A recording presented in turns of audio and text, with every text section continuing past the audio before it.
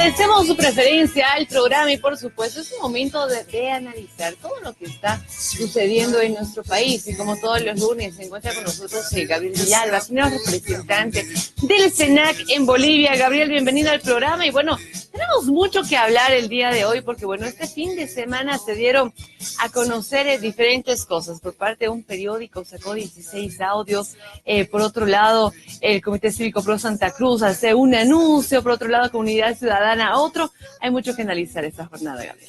Sí, Cindy, bueno, como siempre, feliz de estar compartiendo contigo acá en la revista y pues como todas las semanas, como tú bien lo dijiste, para analizar la coyuntura, siempre analizamos la coyuntura regional, internacional, hoy toca la nacional, que es fundamental y clave por el momento coyuntural álgido que estamos viviendo, ¿no? Es importante resaltar esto que tú decías.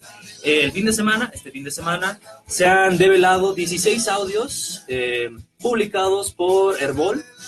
No es un dato menor que hayan sido publicados por Herbol, no han sido publicados por Cambio o Patria Nueva, digamos, ¿no? Herbol es un medio que creo que tiene su sustento también de imparcialidad, que es clave para resaltarlo. Y lo que tú decías, el anuncio de Camacho, las 48 horas, que has debido hacer seguimiento también, ha sido muy ridiculizado en las redes sociales, ¿no? Le doy 48 horas a HBO para que saque una temporada más de Juego de Tronos, por ejemplo, ¿no? Les doy 48 horas para que dejen de hablar de dictaduras y democracia, no, digamos, ¿no? Ese tipo de cosas. Fundamentalmente también la conferencia de prensa emitida por la segunda fuerza más importante del país, como es Comunidad Ciudadana, y posterior pronunciamiento que sacaron en base a las declaraciones de su candidato, Carlos Mesa, ¿no? Creo que es importante analizar desde diferentes perspectivas estos tres temas que tú me los has planteado el día de hoy. Sí, yo creo que son los temas del fin de semana prácticamente. Si empezamos hablando sobre esos 16 audios que sacaron a la luz Herbol, ¿qué es lo que nos demuestran estos 16 audios? Porque si usted ingresa a la página de Herbol y entra a la noticia, no es necesario que escuche los audios, porque igual Herbol le presenta un resumen, ¿no? De qué dice cada uno de esos 16 audios. Si nosotros podríamos sacar un resumen de los 16, ¿cuál sería, Gabriel? Sí, mira, creo que se ha construido una hipótesis desde el Centro de Estudios nuestro americano Chavez Kirchner, que nosotros dirigimos. A propósito, invito a todos los televidentes a que puedan entrar a la página de Facebook, poner like, seguir la página, que se van a encontrar con esta clase de análisis que los realizamos todas las semanas acá en el programa. Hemos planteado como una hipótesis de que se estaría aplicando en Bolivia el manual de Sharp. Si ustedes entran a Google, lo pueden buscar, tiene etapas este manual de Sharp, vinculado fundamentalmente a generar condiciones de convulsión social a gobiernos que no están alineados con los intereses norteamericanos. Sharp, estratega norteamericano que precisamente sintetiza en su manual de Sharp este sinnúmero de condiciones. Los audios publicados, revelados por Herbol, precisamente avalan esta hipótesis de que en Bolivia se estaría gestando una suerte de convulsión social artificial generada por actores fundamentalmente militares y exmilitares, para ser más precisos, ¿no? Tenemos 16 audios que develan este comportamiento de exmilitares articulados a ex figuras políticas como Manfred Reyes Villa, por ejemplo, vinculados también a los comités cívicos, que te van demostrando. Tenemos el audio 1, por ejemplo. El audio 1 ilustra el compromiso de senadores norteamericanos como Marco Rubio, Bob Menéndez, Ted Cruz en el plan de golpe de Estado en contra de Evo Morales. Más o menos lo mismo que se aplicó en Venezuela. Situaciones de convulsión social gestadas artificialmente. Y es importante resaltar esto porque la oposición, cierta oposición, porque ya hemos hecho las distinciones que existen entre diferentes facciones de la oposición, hay facciones de la oposición boliviana pacíficas, con medidas muy creativas, digamos, hay otras facciones de la oposición violentas, pues estos audios develan que existe una facción de la oposición que está articulando una suerte de acciones violentas para, con el fin de generar una convulsión social que tumbe el gobierno de Evo Morales, ¿no? Estas medidas que se aplican en Bolivia, Cindy, son anacrónicas a la coyuntura que ellos esperaban tener. Se esperaba tener una convulsión de incendio del país. No se ha dado. Y mira, ¿por qué no se ha dado? Una de las partes del manual de Sharp genera la especulación. Cuando empezó esta convulsión social después de las elecciones generales del 20 de octubre, se trató de posicionar mediáticamente a través de grupos de WhatsApp, a través de grupos de Facebook, que había una escasez de productos de primera necesidad, que había una escasez del suministro de combustibles. Esas condiciones que te manda el manual de Sharp a ser aplicadas para tumbar a un gobierno no se han generado de forma estructural en nuestro país, porque los mercados estaban abastecidos, los supermercados también abastecidos, no había una especulación de gasolina. Entonces, creo que se ha seguido nomás una receta, y estos audios lo develan, una receta para generar una convulsión social en Bolivia, articulando facciones de exmilitares. Por ejemplo, el audio número 9 te devela al ex coronel Julio César Maldonado Leoni, presidente del Comité Militar Nacional, que se refiere a la creación de un poder político militar, ¿no? Ya se están preparando recetas de este manual de Sharp, como el propio nombre lo indica, poder político militar, ¿no? Hablando de este manual de Sharp que tú nos haces referencia, Gabriel, ¿en qué países se lo utilizó? ¿Tuvo resultados positivos, resultados negativos? Y según el manual de Sharp, nosotros como países que se estuviera siguiendo este manual, como lo afirmas tú, ¿en qué punto del manual estamos? ¿Y qué es lo que vendría a continuación? Sí. Bueno, Cindy, este manual de Sharp precisamente fue creado en una situación de andamiaje mundial, de un avance soviético, digamos, o contrahegemónico al poder aglutinante que tenía Estados Unidos. Estados Unidos dice, en Latinoamérica y en otras partes del mundo existen países que se están desalineando, si vale el término, a nuestra geopolítica de dominación imperial. ¿Cuándo? ¿Qué año? Te estoy hablando de los 70s, 80s, ¿ya? Que se genera este manual fundamentalmente para volver a encaminar a los países que se estaban saliendo de la geopolítica de dominación imperial norteamericana. Como una forma de darle un manual a los colectivos que entre comillas se decían ciudadanos, sí, pero que representaban las facciones del liberalismo, digamos, ¿no? Del liberalismo contra los gobiernos que de cierta forma tenían una tendencia progresista o socialista en el mundo. Según el manual de Sharp, se ha seguido una receta de shock colectivo. La primera fase es el shock colectivo, ¿no? El shock colectivo trata mucho de la especulación que le hemos hablado hace un momento, ¿no? Decir que van a faltar productos, que va a haber desabastecimiento, que no va a haber gasolina.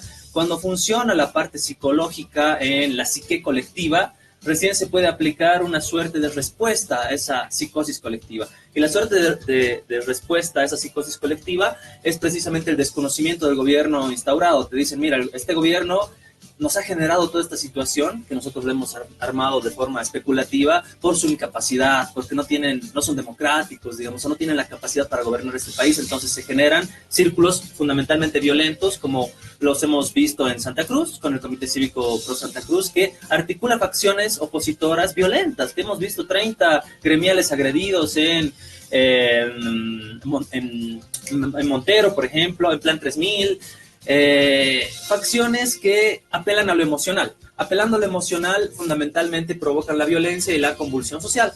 Cuando se tiene esta convulsión social, estamos, creo, en la etapa 4 de este manual de Sharp, que es la toma de instituciones, ¿no? Ahora se está realizando una toma de instituciones pacífica, entre comillas, pero ya lo hemos vivido en el 2008 con Branko Marinkovic, por ejemplo, también lo hemos vivido acá en Bolivia con la quema de los tribunales electorales departamentales, ¿no? O ahora la toma de instituciones públicas. Estamos viendo esa fase de toma de instituciones, que es el desconocimiento a la institucionalidad instaurada. Cuando se desconoce la institucionalidad instaurada, pues se genera ya un clima de total desconocimiento de la legalidad y legitimidad de un gobierno, y creo que se está buscando eso, ¿no? Entonces, es importante que los televidentes vean y analicen y lo puedan, valga la redundancia, analizar por ellos mismos el manual de Sharp y los 16 audios develados por Herbol, para que ellos saquen sus propias conclusiones, ¿no? Nosotros podemos dar los insumos y presentar la información, pero cada uno formará su criterio, ¿no? Y pues creo que es fundamental eso, a partir de este medio, generar esa curiosidad en los televidentes para que ellos saquen sus propias conclusiones en el marco de estos insumos que nosotros claro, si es que sigue o no sigue esta línea del manual de Sharp, exacto. Porque, ¿qué vendría después? Según el manual de Sharp. Según el manual, se genera toda esta situación de convulsión social, de desconocimiento de la institucionalidad. Después sigue que, en el audio número 9, como te indican, la generación de un gobierno político-militar, ¿no? Para instaurar una especie de dictadura militar en base a las reacciones militares que se puedan tener contra un gobierno establecido. Por eso, esa articulación hacia lo militar, ¿no? Porque, según el manual, se piensa que solamente los militares, creando una convulsión también psicológica en ellos, una confrontación dentro de sus ideas, puedan ellos tomar el poder de forma militar, utilizando la fuerza. Es por eso que se apela tanto a los policías, acá en Bolivia en las protestas, es por eso que se apela tanto a los militares, de que se está quebrando el bando militar, se sacan noticias de especulación de que, los militares se van a dar la vuelta a cualquier momento, o Evo va a empezar a militarizar, ¿no? Generando el caldo de cultivo para que ciertas facciones de los militares se puedan dar la vuelta. Eso es lo que busca, ese es el fin último. Pero actualmente creo que totalmente anacrónico, por eso este manual no se está aplicando de forma total y no está encajando en la realidad social de nuestro país, ¿no? Porque tienes unos militares que históricamente, digamos, han también tenido ciertas ideas contestatarias a el liberalismo y las doctrinas imperialistas, así que bueno, hay que también verlo desde ese punto de vista, pero eso es lo que se apunta, y nos los develan los diferentes audios que nos llegan por nuestros grupos de amigos, por el mismo Facebook, que te dicen, los militares, ya se está quebrando el mando militar, los militares se van a dar la vuelta. Mira, este ejercicio, que también te lo plantea el manual de Sharp, es confrontar psicológicamente a los militares, es decir, si tú eres un general, tu hijo va a estar en las protestas. A tu hijo lo van a agarrar y le van a decir, mira, tú vas a estar aquí en las protestas, vamos a apoyar esto, para crear una confrontación incluso familiar. Entonces, cuando tú estés en la mesa, el general va a decir, bueno, yo estoy acá firme con este gobierno, porque me manda así la Constitución, pero su hijo, digamos, le va a decir, oye, papá, no, yo creo que estamos viviendo en una dictadura, yo creo esto y el otro, bien ideologizado, digamos, ¿no? Entonces creas una convulsión psicológica en la cabeza del papá confrontado con el hijo. Eso se ha hecho mucho en Venezuela, ¿no? Los líderes venezolanos han tenido la frialdad, si quieres, política, para decir públicamente, mi hijo puede estar con la oposición, pero yo estoy acá firme con un proceso bolivariano que además me lo manda con mandato constitucional, las Fuerzas Armadas alineadas con el proceso, digamos, de gobierno legítimamente constituido, ¿no? Se crea eso, ¿no? Entonces está apuntando a eso.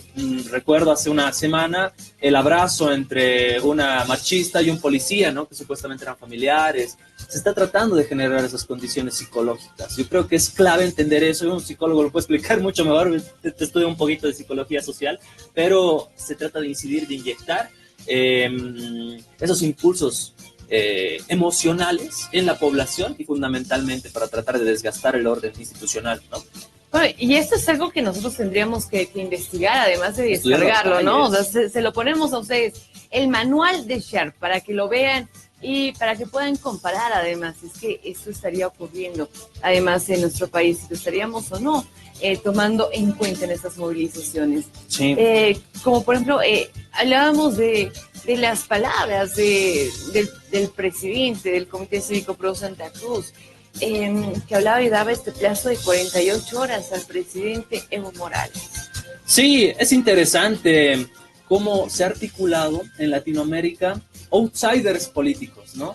Tienes un Bolsonaro, tienes un Mauricio Macri, gente que no ha estado vinculado a todo el andamiaje político de su país, pero vienen de ciertas facciones radicales. Macri del empresariado, digamos, bonaerense, ¿no? Tienes a un Bolsonaro que viene mucho de la tradición militar brasilera y que ha articulado cierta preferencia con los evangelistas, digamos, ¿no? Y eso nos ayuda a identificar un poco el perfil psicológico que tiene Camacho. Camacho te habla, por un lado, de esa fuerte resistencia, incluso militar, incluso con armas en el paro, pero con la otra mano está agarrando el rosario, digamos, ¿no? En sus discursos, cuando tú revisas los pronunciamientos que tiene cuando concluye una jornada de paro y inaugura el otro, que lo hace generalmente en la noche, Ya son 12 días de jornada de paro cívico allá en Santa Cruz. Mira, esta es la tercera, sí, la decimotercera. La decimotercera. Hemos hecho un cálculo desde el Centro de Estudios Norteamericano. En 10 días de paro, Santa Cruz ha perdido por día $320 millones por día de paro. Este cálculo lo hemos hecho con base a el PIB nominal del año pasado, porque todavía no se tiene el del 2019, y en base al porcentaje en el PIB nacional que representa Santa Cruz como tal, que es el 29%. Entonces, por día de paro, Santa Cruz está perdiendo 320 millones, ¿no? ¿Por qué este pedido, Gabriel? Porque si en caso se diera, llegara a renunciar el presidente Evo Morales en ese plazo que da a la cabeza el vicepresidente Álvaro García Linera. Eso quiere decir que el proceso de cambio continuaría. En realidad están apuntando a el quiebre institucional, como lo hemos dicho hace algún momento, ¿no? ¿Cuál es la mayor jerarquía institucional que se tiene? Obviamente presidente y vicepresidente. Si desde un gobierno legítimamente constituido tú cedes lo máximo en institucionalidad que se tiene, que es tu presidencia, está cediendo absolutamente todo, ¿no? Camacho dice 48 horas para que Evo Morales renuncie. Estarías avalando y reconociendo que efectivamente en Bolivia existe un fraude electoral.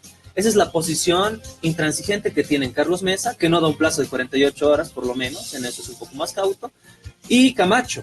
Desconocen el voto de casi 3 millones de personas que han votado por Evo Morales y el movimiento al socialismo.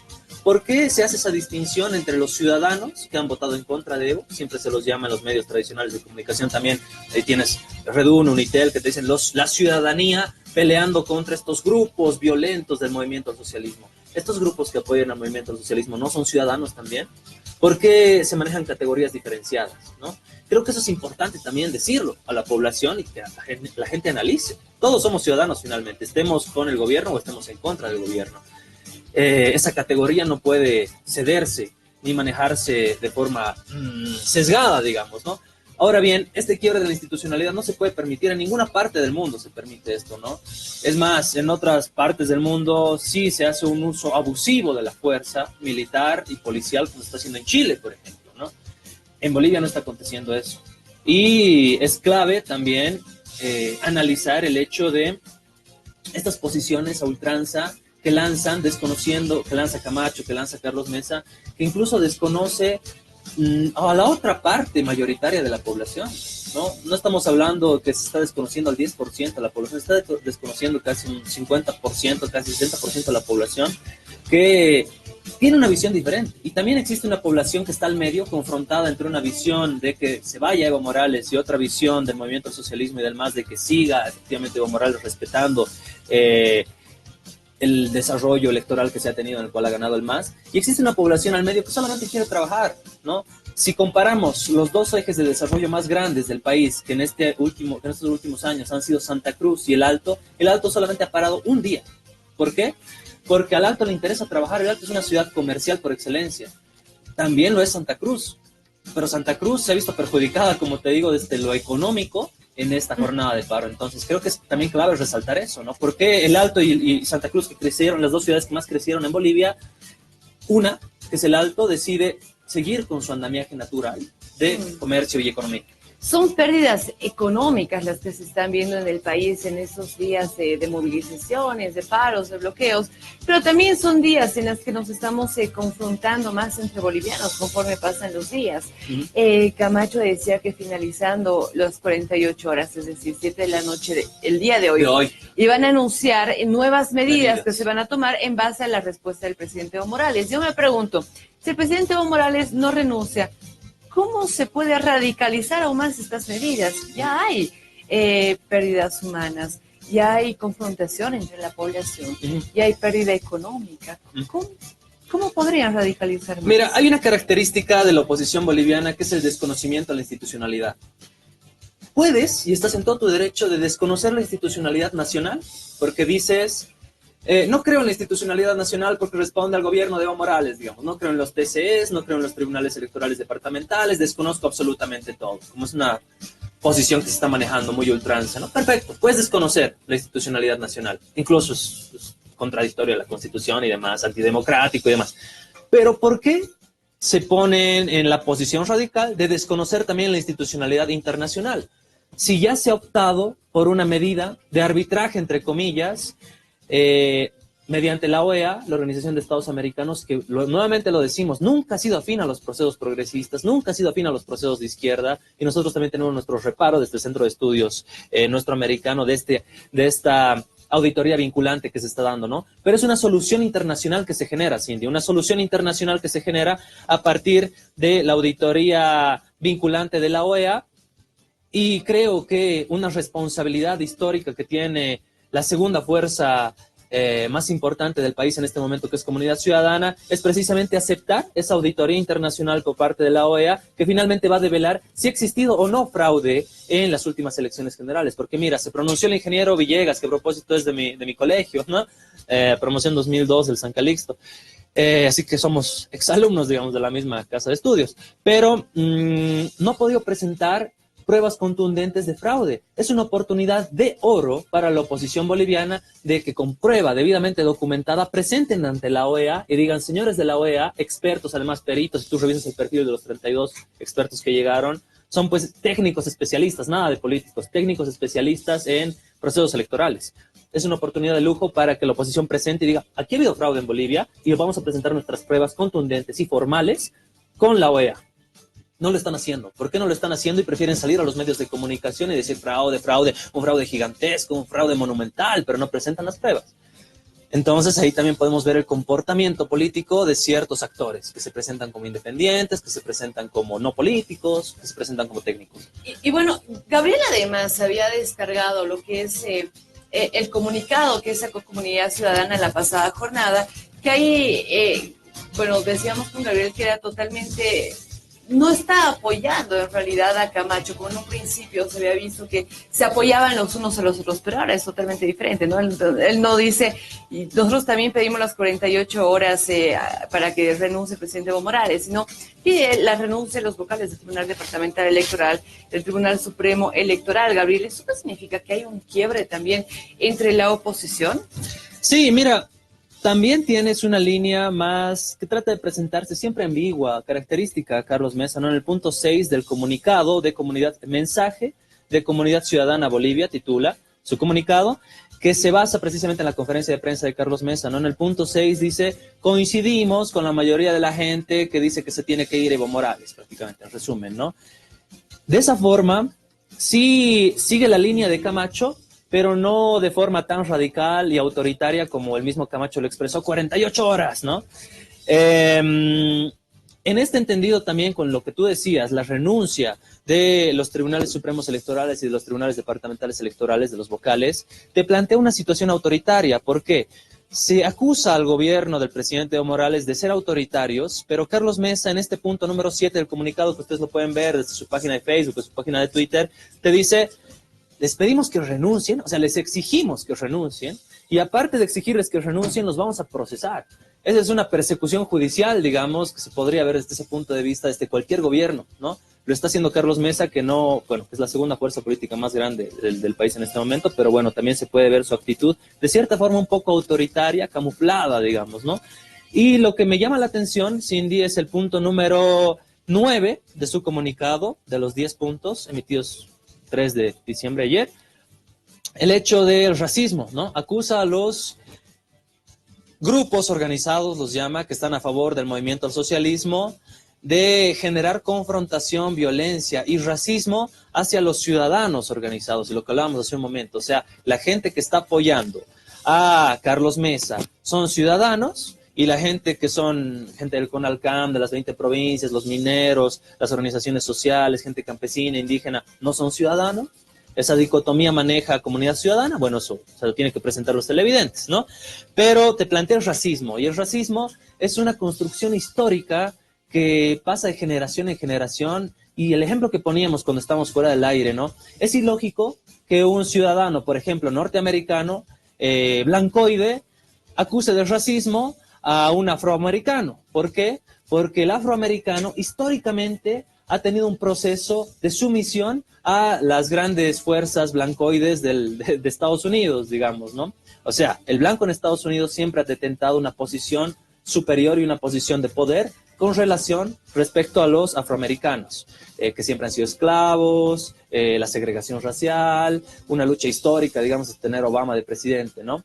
Como te digo, el racismo es una construcción histórica, entonces es algo ilógico también que nosotros pongamos, digamos, nosotros, blancoides, acusemos a un indígena de racismo cuando ese pueblo o esa raza ha sido históricamente relegada y históricamente sometida a condiciones de sumisión con relación a únicamente su color de tez, ¿no? Entonces, hablar de racismo es para dar un programa entero, y un sociólogo te lo puede explicar mejor. He estudiado también un poco de sociología, pero bueno, es clave entender esto. Y obviamente, como tú bien lo decías en un anterior programa, ¿no? Creo que tenemos que construir una suerte de igualdad totalitaria, igualdad total, si quieres, entre gente del campo, de la ciudad, de tez blanca, de tez morena, porque al final todos gozamos de los mismos derechos, ¿no? Todos somos iguales ante la ley. Esa máxima legal se tiene que transmutar en todos los acontecimientos sociales que realizamos, ¿no? Todo el accionar social, todas nuestras acciones cotidianas. Así que creo que es clave enmarcar eso. El racismo, es hasta un poco ilógico decir que el racismo viene por parte de clases que han sido históricamente, o razas que han sido históricamente postergadas. Un racismo de parte de los indígenas, o sea, si revisas la historia de Bolivia, es un poco hasta causa gracia, digamos, ¿no? Pero bueno, eso en relación a los puntos de análisis del comunicado de Carlos Mesa. Y bueno, también acusa al movimiento al socialismo de generar la violencia, pero en su punto 10 dice hay que seguir movilizados, digamos, ¿no? Entonces, ¿quién tiene en sus manos verdaderamente el poder para pacificar el país? Sí, lo tiene Carlos Mesa, pero sí también lo tiene Evo Morales, y también lo tiene Camacho, ¿no? Son, creo que, tres polos que hay que diferenciarlos muy bien.